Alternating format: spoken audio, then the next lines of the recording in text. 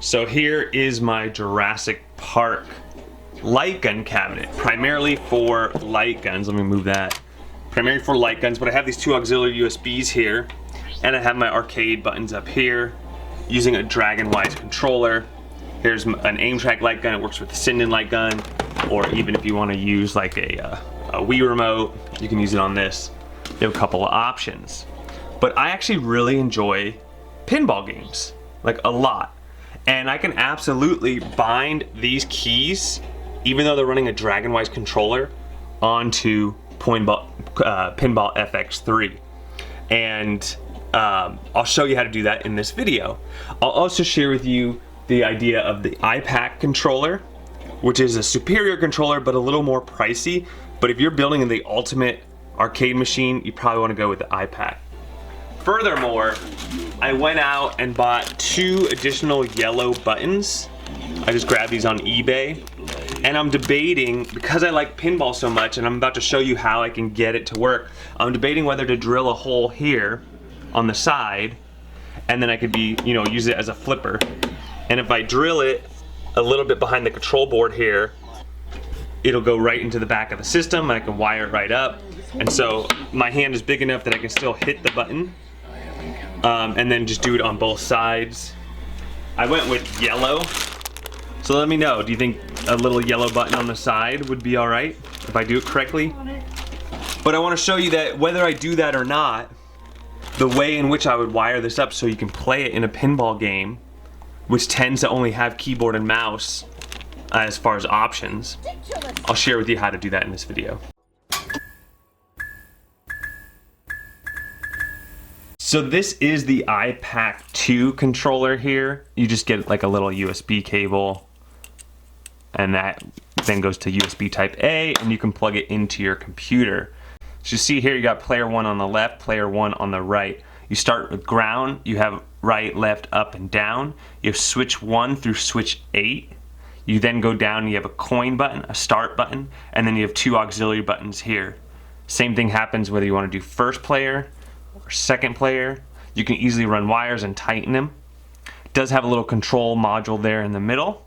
And look what it has. It has more pins here.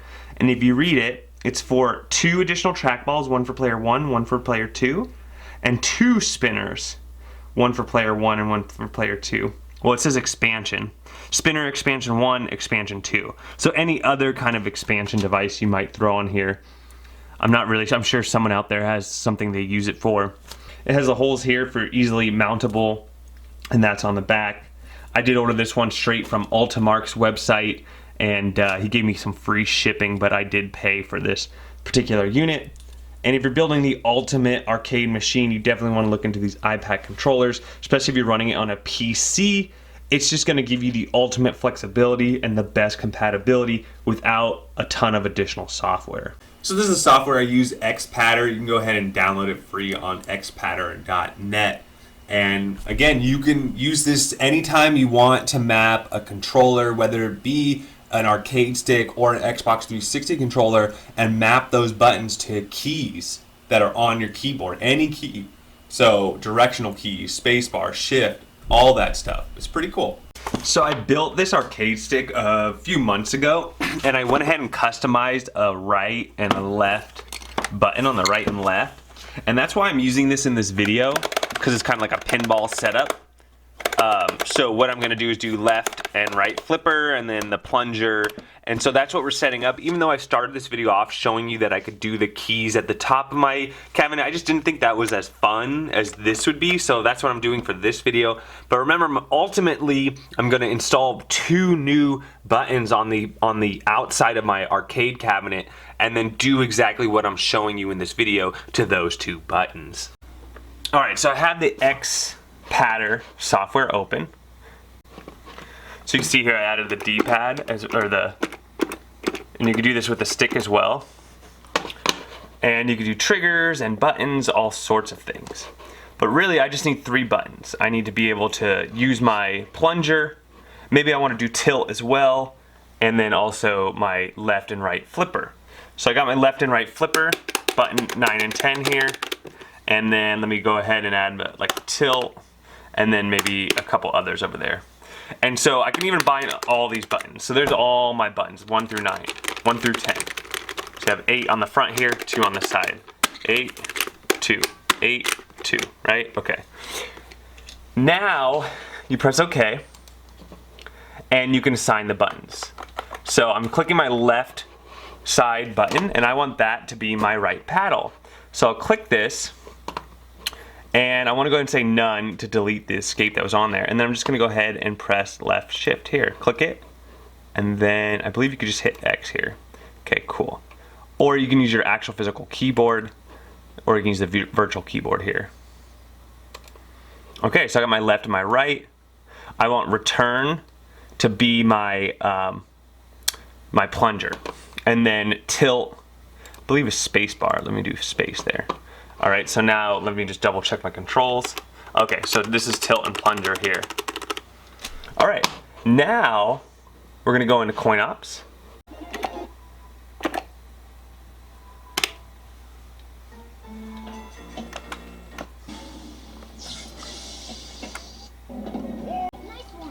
Let's do some ET. So you just see in controls over here that I can bind C, the button C now onto one of mine.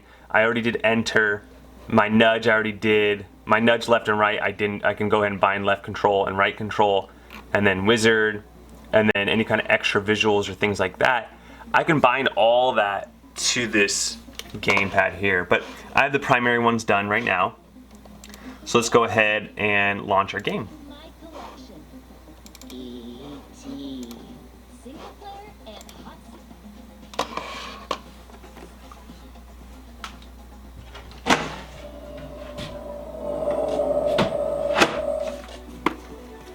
All right, so here's my, I'm gonna zoom out a little bit.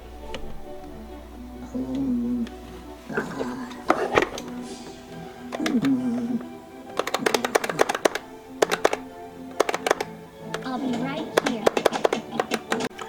All right, so we now have our flippers, and we can do our launch.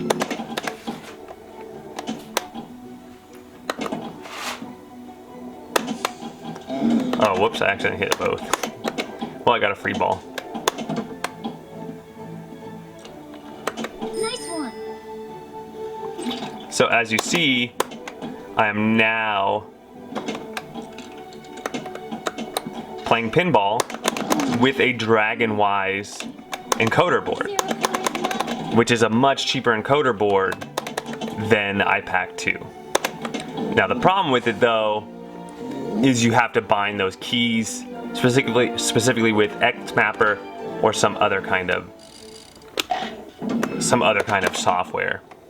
But this was kind of a down and dirty, really easy way to do it.